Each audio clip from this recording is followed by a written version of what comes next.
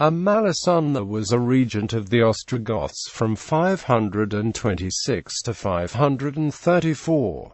She was the youngest daughter of Theoderic the Great, and firmly believed in the upholding of Roman virtues and values. She is most well known for her diplomatic relationship with Justinian I, who would invade Italy in response to her assassination.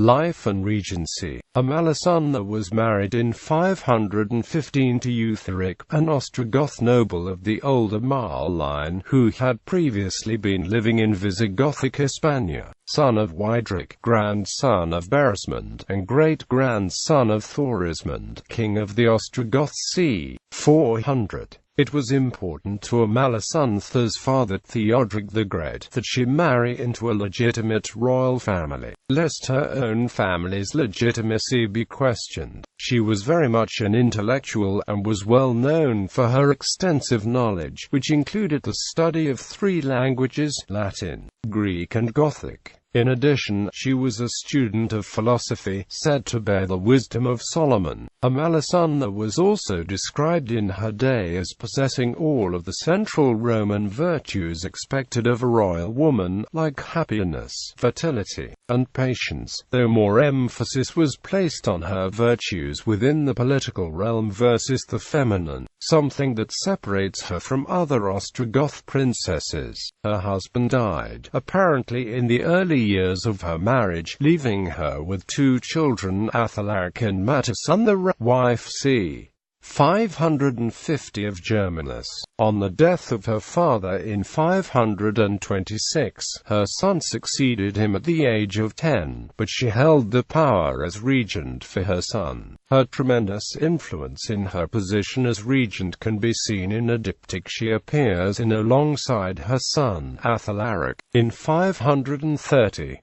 Deeply imbued with the old Roman culture, she gave to that son's education a more refined and literary turn than suited the ideas of her Gothic subjects. Conscious of her unpopularity, she banished, and afterwards put to death, 3 Gothic nobles whom she suspected of intriguing against her rule, and at the same time opened negotiations with the Emperor Justinian I with the view of removing herself and the Gothic treasure to Constantinople. Her son's death in 534 made little change in the posture of affairs.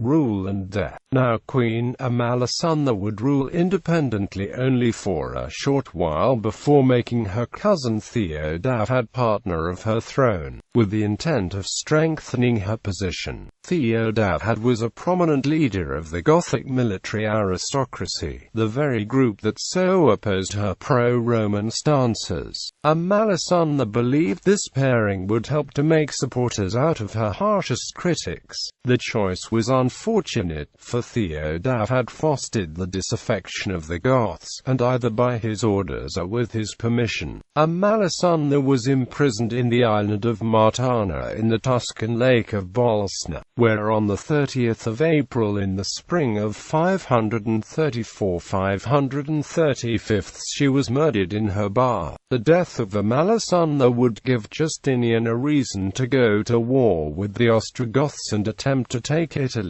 According to the Byzantine historian Procopius, it is believed that Amalasuntha and Justinian I had a very close diplomatic relationship. More specifically, Procopius believed that Amalasuntha was thinking about handing over Italy to Justinian around the time of her death. Shortly after Amalasuntha's murder, Theodahad would be replaced by Witiges, Amalasuntha's son-in-law. With the people's support, Witiges would have Theodahad put to death.